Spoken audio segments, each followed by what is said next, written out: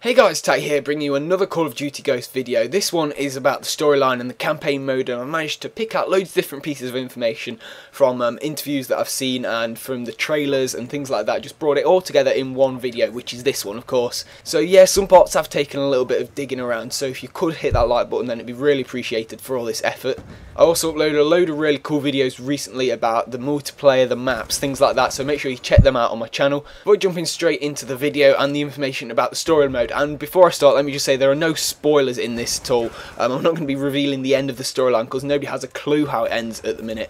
And I wouldn't want to spoil it for you. I'm just going to be telling you like the main plot and the setting, whereabouts in the world we're going to be going with this Call of Duty campaign. So the whole thing starts off in America in the near future. They've said that in a recent interview. It's set in the near future, so it's kind of Modern Warfare 3 kind of era. But this storyline is in no way linked into the Modern Warfare or the Black Ops storyline at all. So it's kind of like in a parallel universe. You just got to pretend that those storylines don't exist at the minute and nothing has ever happened in them, because of course they're going to be kind of overlapping in times at certain times of the storyline. But yeah, the whole storyline is set to start off with in an apocalyptic America, and they recently lost some battle. They won't reveal what kind of battle it is. They reveal that there's some massive event that's happened that has defeated America, and the whole ego, the land was heavily damaged, and this massive superpower America that we all think has been really hit hard by whatever this event is, and their backs are now really against the wall. They have like no official army or anything to turn to because they've like been all wiped out and things like that. So these group of rebels called the Ghosts are fighting unofficially really on behalf of the people of America,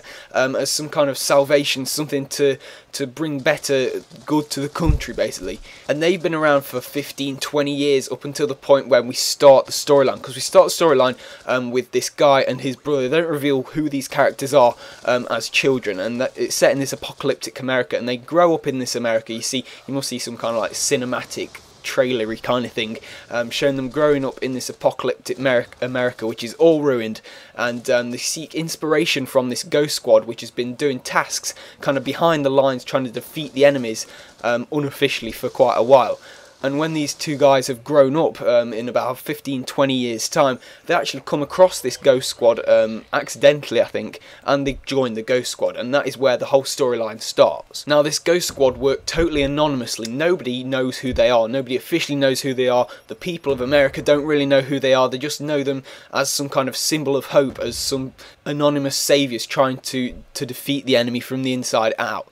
And because of that, there are no other characters involved, no other third-party armies or anything that you're going to be playing with. You play single-handedly as these 6 characters in the Ghost Squad throughout the whole campaign, so you're not going to be jumping through different parts of the world, unless, of course, they like split up into different groups. But you're going to be primarily with this group the whole time, going wherever you are in the world, fighting the enemy. So I think it's going to be a lot less confusing in that respect than sort of Modern Warfare 2, Modern Warfare 3, where you've got different characters everywhere else in the world, and sometimes you don't really know where you are fighting against who with who, and it can get a little bit distracting at times. But this Ghost Squad does have one massive addition, and that is of course the dog. You saw it in the trailer, and this dog is going to play a massive part in the campaign mode.